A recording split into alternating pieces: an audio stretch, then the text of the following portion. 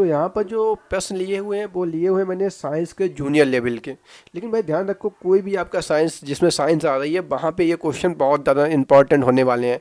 लगभग यहाँ पे प्रश्नों की संख्या या 20 के आसपास होगी, लेकिन हर प्रश्न से आपके 4 से 5 प्रश्न क्लियर होंगे, मतलब आपके 50 से 60 क्वेश्चन आपके क्लियर होने वाले हैं। चलिए देखते हैं। पहला तो काफ़ी आसान है, फिर भी चलते हैं। पहला है जली हुई लकड़ियों से, 1 मिनट।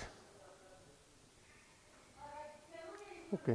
तो जली लकड़ी का उत्पाद है, तो जली हुई लकड़ी से हमें कार्बन डाइऑक्साइड प्राप्त होती है और जल वाष्प प्राप्त होती है। तो इसका जो ऑप्शन हो जाएगा हमारा, वो हो जाएगा, क्या हो जाएगा, ऑप्शन नंबर चौथा। अब यहाँ पे एक क्वेश्चन आपसे है कि जलवाष्प, जैसे CO2 कार्बन डाइऑक्साइड का सिंबल है, तो जलवाष्प का सूत्र क्या होता है, बता पाओगे? हाँ भाई, H2O ही होता है, जो जल का होता है भाई जलवाष्प का होता है, तो ये डाउट नहीं रहना चाहिए आपके अंदर। अगला है खाद्य पदार्थों में मौजूद प्रोटीन की जांच के लिए कौन से रसायन का प्रयोग किया जाता है? तो भाई अगर प्रोटीन के जांच की बात करें तो वो हमारा हो जाएगा कॉपर सल्फेट और कास्टिक सोडा, है ना। तो कॉपर सल्फेट और कास्टिक सोडा, तो कॉपर सल्फेट का फार्मूला क्या होता है? वो होता है CuSO4। CuSO4 क्या होता है? CuSO4। अभी बात करें कास्टिक सोडा की, तो कास्टिक सोडा का क्या होता है? NaOH। ठीक है। मान लिया ये तो यहाँ पे 2 ऑप्शन दे दिए गए, लेकिन अगर एक और बताऊँ कि किससे हम प्रोटीन की जांच कर सकते हैं, तो वो हमारा होता है पोटेशियम हाइड्रोक्साइड। पोटेशियम हाइड्रोक्साइड जिसका सिंबल होता है KOH, जो आपने काफ़ी ज़्यादा पढ़ा होगा। ये भी प्रोटीन की जांच के लिए प्रयुक्त होने वाला रसायन है। अब यहाँ पर और कौन से क्वेश्चन बन सकते हैं प्रोटीन के बारे में? तो क्वेश्चन पूछा जा सकता है प्रोटीन की खोज किसने की थी? तो भाई अगर प्रोटीन की खोज की बात आ जाए तो हमारे आ जाएंगे मूलर।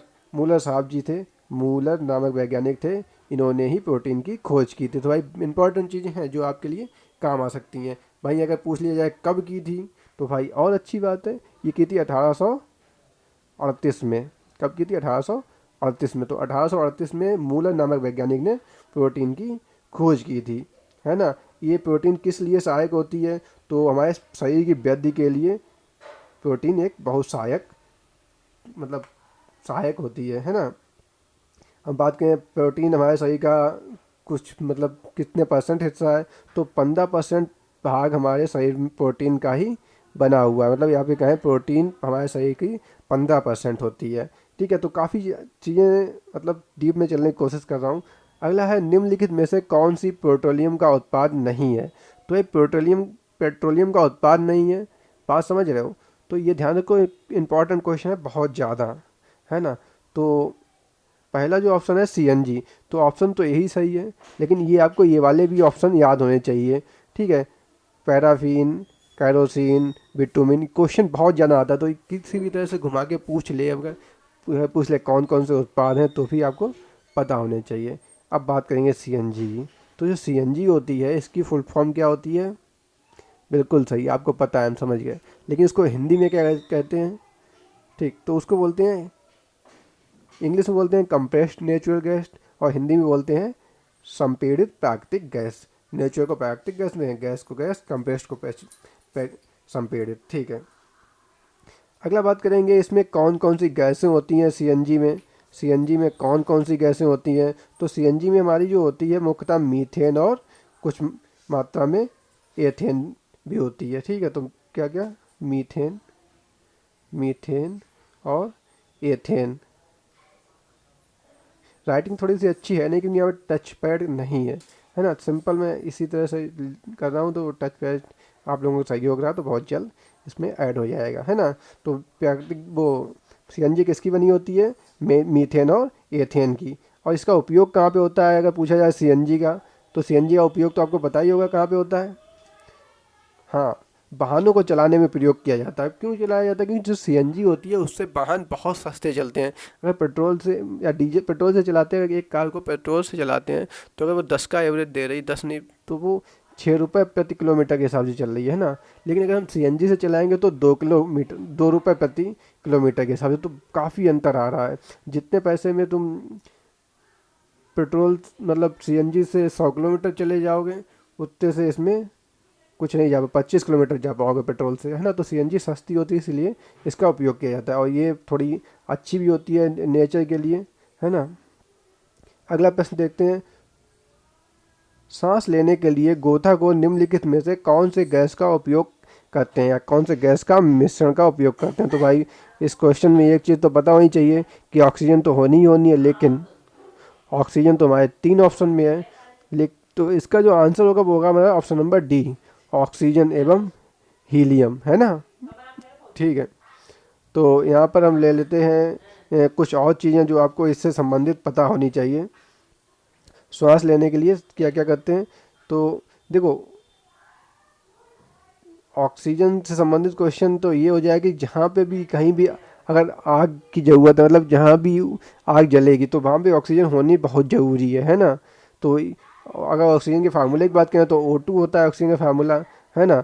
और जैसे कि आप लोगों ने सुना होगा जो सूरज है वो आग का गोला है, सूर्य एक आग का गोला है, तो भाई ये बात बिल्कुल 100% गलत है। बट सही बात तो ये है कि सूर्य पर नाम मात्र के लिए भी एक भी आग नहीं है। हाँ भाई, नाम मात्र के लिए आग नहीं है। थोड़ी बात आपको शॉकिंग लग रही होगी ना, आज तक तुमने पढ़ा है सूर्य आग का गोला है, आज ये बता रहे हैं कि सूर्य पे आग नहीं है ना। तो भाई जहाँ ऑक्सीजन है नहीं तो वहाँ पे आग कैसे हो सकती है, थोड़ा दिमाग लगाओ, है ना। इसके ऊपर मैंने पूरा एक डिटेल्ड वीडियो डाला है, आप चाहें तो मेरे चैनल पर जाके वीडियोज़ में देख सकते हैं, जिस पे मैंने बताया कि सूर्य पर आग नहीं है, और ये 100% सच बात है ना। तो इसकी में जो डिटेल अगर आपने इसको जाननी है तो वहाँ पे देखना है। उसके बाद यहाँ पे एक चीज़ और दिख रही है, हीलियम, है ना। हीलियम दिख रही है, तो हीलियम का उपयोग कहाँ पे होता है, तो हीलियम का उपयोग होता है हवाई जहाज़ के टायरों में। क्वेश्चन पूछा जाता है कि हवाई जहाज़ के टायरों में कौन सी गैस होती है, तो वो हीलियम होती है। जो गुब्बारे होते हैं गैस वाले, जो बच्चे उड़ते हैं, मतलब बच्चे उड़ाते हैं, उड़ते नहीं हैं, वो बच्चे पकड़ लेते हैं तो वो अपने आप ऊपर उठा हुआ होता है, तो उसमें भी हीलियम गैस होती है। एक और बात, जो सूर्य होता है वहाँ भी हाइड्रोजन हीलियम में कन्वर्ट होती है, जो नाभिकीय संलयन की क्रिया होती है, वहीं से ऊष्मा निकलती है, वहीं पृथ्वी तक आती है, तो वहाँ पे भी हीलियम होती है। तो क्वेश्चन ये वाला पूछता है कि हवाई जहाज़ के टायरों में कौन सी गैस होती है, ये बहुत पूछता है, तो ये वाला आपको पता होना चाहिए। अगला है, मनुष्य में निम्नलिखित में से कौन सा प्रदूषण श्वसन तंत्र से जुड़ी बीमारियों का प्रमुख कारण है। तो वह प्रमुख कारण की बात करें तो सूक्ष्म नाम जो कण होते हैं वो श्वसन संबंधी बीमारियों के लिए मतलब मुख्य तौर पे उत्तरदायी होते हैं, है ना। तो ठीक है, बाकी तो कुछ है नहीं इसमें। अगला देखेंगे, बाष्पीकरण की प्रक्रिया में निम्नलिखित में से सबसे धीमी कब होगी। तो भाई थोड़ा दिमाग लगा लेना, अगर सतह मतलब ये समझ लो कि एक बूंद तो है पानी है, ठीक है, तो अगर तुम उसे एक मतलब फर्श पे काफ़ी जगह पे फैला दो उस पानी को, तो वो जल्दी बाष्पित होगा ना। तो ये वाला तो ऑप्शन गलत हो जाएगा, क्योंकि धीमी करने की बात हो रही है। दूसरा है सतह के क्षेत्र को घटाना और तापमान को बढ़ाना। भाई तापमान अगर बढ़ा दो, मान लिया तुमने एक गर्म तवे के ऊपर एक बूंद पानी रख दिया तो वो तुरंत उड़ जाएगा, तो ये भी ऑप्शन गलत हो गया। तीसरा है सतह के क्षेत्रफल, सतह क्षेत्र और तापमान दोनों की कमी। अब ठीक है, तापमान कम हो, कम से कम जगह में आप एक बूंद पानी रखो तो वो देखना काफ़ी समय तक रखा रहेगा, तो ऑप्शन नंबर 3 हो जाएगा हमारा सही। चलिए अगला चलते हैं। हाँ, अभी तक अगर आपको ऐसा लगा हो कि हाँ जिस तरह की इन्फॉर्मेशन दी जा रही है आपके लिए फ़ायदेमंद है, तो भाई आपको पता है वीडियो को लाइक करते चलना है। और हाँ, तब वीडियो लास्ट में ख़त्म हो, अगर आपको फिर भी इसी तरह के वीडियो चाहिए हो तो नीचे कमेंट करना, और मैं इसी तरह से मतलब एक क्वेश्चन से जुड़े हुए जो प्रश्न होते हैं थोड़ा डीप में आपके लिए ले आऊँगा, ठीक है। अगला प्रश्न है, निम्नलिखित में से कौन सा कथन सही है। निम्न में से कौन सा कथन सही है, सभी धातुएं तन्य होती हैं। ये मान लिखा है, ये गलत लिखा हुआ है, ठीक है, तन्य होना चाहिए यहाँ पे तन्य होना चाहिए, ठीक है। तो ये वाला ऑप्शन हमारा गलत हो जाएगा, सभी धातुएं तन्य होती हैं, ये तो बिल्कुल गलत हो जाएगा। सामान्यतः धातुएं तन्य होती हैं, बिल्कुल सामान्य, जहाँ तक धातुएं तन्य होती हैं, सभी नहीं होती हैं, सभी धातुएं तन्य नहीं होती हैं, बात पता होनी चाहिए। कुछ धातुएं तन्य, कुछ अधातुएं तन्य होती हैं, नहीं अधातुएं तन्य नहीं होती हैं। तो ऑप्शन नंबर सिर्फ और सिर्फ हमारा 3 सही है। तो यहाँ पर देखेंगे पहला सही गलत हो जाएगा, ये भी गलत हो जाएगा। हाँ, ऑप्शन नंबर 3 वाला हमारा सही हो जाएगा। चलिए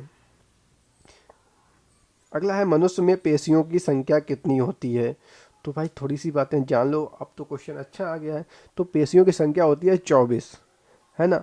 अब यहाँ पे ऑप्शन तो 24 कोई दिया नहीं गया है, सॉरी पेशियों नहीं पसलियों बोल, है ना, पसलियों बोल रहा था। पसलियों की संख्या होती है 24, है ना। तो यहाँ पे जो 12 जोड़ी दिया गया है यही हमारा आंसर हो जाएगा। अब कुछ लोगों को पता होगा पसलियाँ क्या होती हैं, काफ़ी लोगों को पता ही नहीं होगा पसलियाँ क्या होती हैं। तो भाई जो आपने देखा होगा, जो आपके चेस्ट के साइड में ये जो संरचना होती है ना, जिसे बहुत से लोग लंग्स समझते हैं, दरअसल ये पसलियाँ होती हैं जो ऊपर से अगर आप प्रेस करेंगे अपनी चेस्ट चेस्ट नहीं साइड में, है ना, तो आपको फील होंगी इस तरह की आकृतियाँ दोनों तरफ, है ना, इस तरह की होती ना। तो इन्हीं को हम पसलियाँ बोलते हैं। दरअसल ये होती क्या, जो हमारे शरीर के अंदर बहुत ही इंपॉर्टेंट अंग रखे होते हैं, जैसे हृदय हो गया, फेफड़े हो गए, श्वास नली हो गया, ग्रास नली हो गया, है ना, ये सारी जो इम्पोर्टेंट अंग है ना, ये जीवन के लिए काफ़ी ज़्यादा, तो इनकी सुरक्षा प्रदान करती है। इन इन चीज़ों को बाहर से घेरिए, जैसे यहाँ पे हमारा हृदय होता है, लंग्स इसके अंदर ही इस साइड में फैले होते हैं, इस साइड में फैले होते हैं। बात समझ में मैं क्या बताना चाह रहा हूँ। तो यहाँ पे जो संख्या इनकी होती है वो कितनी होती है, 24, मतलब 12 जोड़ी, है ना। एक तरफ 12 होती हैं, एक तरफ 12 होती हैं। ठीक है, अगला प्रश्न देखते हैं। प्रथम कृत्रिम जीन किसके द्वारा संश्लेषित किया गया। तो भाई ये बहुत गर्व की बात है कि ये हमारे एक इंडियन वैज्ञानिक हरगोविंद खुराना के द्वारा किया गया था, है ना। ठीक है, तो कब किया गया था अगर पूछ लिया जाए, तो किया गया था 1970 में। और ये होता क्या है, जीन होता क्या है भाई, जीन के बारे में पता है कुछ।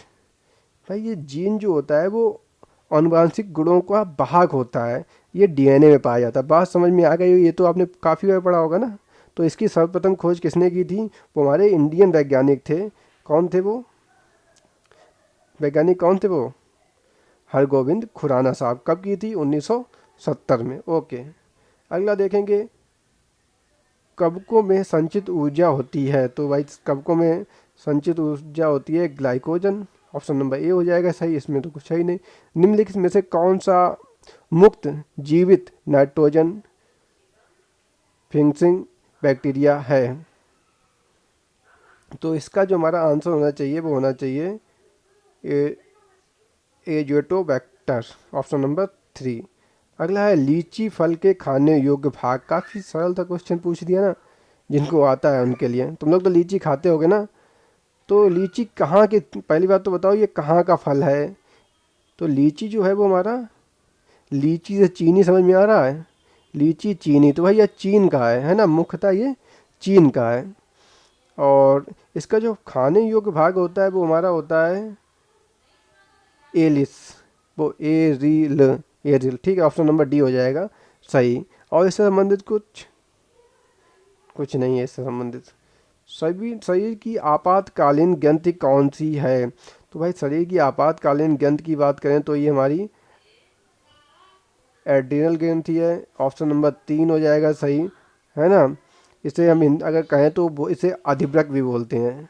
ठीक है, यह गुर्दों के ऊपर होती है। बात समझ में आ रही है, ये गुर्दों के ऊपर होती है ना। यह ग्रंथि जो होती है वो एड्रिनल नामक आपातकालीन ग्रंथि ना, हाँ, तो एड्रिनल ग्रंथि होती है जो है एड्रिनल हार्मोन्स को ये साबित करती है। इसमें होता है क्या है, जो हृदय की गति हो, सांस की गति हो, रक्त दबाव हो, इन सबको नियंत्रित करती है। जब कोई व्यक्ति अगर बहुत ज़्यादा खुश हो या डरा हुआ हो, तो जो एड्रिनल हार्मोन्स होता है वो काफ़ी ज़्यादा स्रावित होता है, जिससे एकदम हमारी क्या होती है, हृदय गति बढ़ जाती है, सांसें बहुत तेज लेने लगते हैं, रक्त का प्रवाह बहुत तेज हो जाता है। वो सब इसी के कारण होता है। चलिए, एगार एगार, तो एगार एगार क्या है, कुछ भी नहीं है, लाल साहिवाल से प्राप्त होता है। ठीक है, लाल साहिवाल, पहली बात तो ये बता दें, साहिवाल जो होते हैं वो स्वपोषी होते हैं। मतलब स्वपोषी मतलब वो अपना जो भोजन है वो खुद बनाते हैं, प्रकाश संश्लेषण की क्रिया, वो किसी भी तरह से दूसरे पर डिपेंड नहीं होते हैं, जैसे पेड़ पौधे करते हैं। ठीक है, अगला है क्लोरोफिल में शामिल होता है। तो क्लोरोफिल में क्या शामिल होता है, मैग्नीशियम का ऑप्शन कौन सा है इसमें, हाँ, ऑप्शन नंबर 2। अरे ऑप्शन नंबर 2 नहीं है, ऑप्शन नंबर 3 है, सॉरी, तो थोड़ा गलत लिख गया था ना, ऑप्शन नंबर 3 हो जाएगा। तो मैग्नीशियम ही इसका हमारा आंसर हो जाएगा। अगला देखेंगे, गुथे आठे की लेई के पेड़े को बेलकर समतल चपाती का रूप दिया जाता है। उस बल का नाम बताइए जिसके लगने से लेई की प्रकृति बदल जाती है। तो भाई इसका जो हमारा आंसर हो जाएगा वो हो जाएगा पेशीय बल। ऑप्शन नंबर 4 हो जाएगा। ऑप्शन नंबर हमारा 4 हो जाएगा, पेशीय बल। पेशीय बल के बारे में पढ़ लेना, कुछ खास नहीं है। अगला क्वेश्चन है, हम किसी अदीप्त वस्तु को देख सकते हैं प्रकाश जब प्रकाश उस पर पड़ के हमारे ऊपर वापस आ जाए, है ना। तो ऑप्शन नंबर इसका कौन सा हो जाएगा? हमारी आंखों पर परावर्तित, जब प्रकाश हमारी आंखों पर पड़ा। हाँ, ऑप्शन नंबर 2 हो जाएगा सही। चलिए, पहली बात तो ये है कि अदीप्त वस्तुएं कौन सी होती हैं, उनकी परिभाषा अगर हम कहें तो वो ये हो जाएगी, वे वस्तुएं जिनमें स्वयं का प्रकाश नहीं होता है परंतु प्रकाश पड़ने पर हमें दिखाई पड़ती हैं, वो सारी हमारी क्या हो जाएंगी? अदीप्त वस्तुएं। और दीप्त वस्तुओं की बात करें, दीप्त वस्तुएं वे होती हैं जो स्वयं का प्रकाश उत्सर्जित करती हैं, जैसे कोई बल्ब हो गया या आपका सूर्य हो गया, ये सब दीप्त हो जाएंगी। और अदीप्त में हो जाएगा मेज, कुर्सी, किताब, ये सारी अदीप्त वस्तुएं हो जाएंगी, है ना। तो बात समझ में आई? ये क्वेश्चन दीप्त दीप्त का पता नहीं, ये लोग ज़्यादा पूछते हैं, मतलब है तो कुछ नहीं क्वेश्चन में फिर भी। अगला क्वेश्चन है, भूकंप मुख्य प्रघाती तरंगों से सबसे पहले किस प्रकार की ध्वनि उत्पन्न होती है? तो जो हमारा ये होती है पराशब्द। पराशब्द मतलब जिसको हम सुन नहीं सकते, लेकिन जीव जंतु तो इसको सुन सकते हैं। इसकी आवृत्ति जो होती है वो 20 हर्ट्ज से नीचे होती है ना। तो इसे सांप भी सुन सकते हैं, कुत्ता बिल्ली भी सुन सकते हैं, लेकिन मनुष्य को ये सुनाई नहीं देती है। तभी देखा होगा जब भी भूकंप आने का होता है उससे पहले ही जानवर सतर्क हो जाते हैं या फिर अपने आप मतलब वो अजीब सी प्रतिक्रिया करने लगते हैं, क्योंकि वो उन्हें पहले से ही आभास हो जाता है। तो ऑप्शन नंबर इसका हमारा हो जाएगा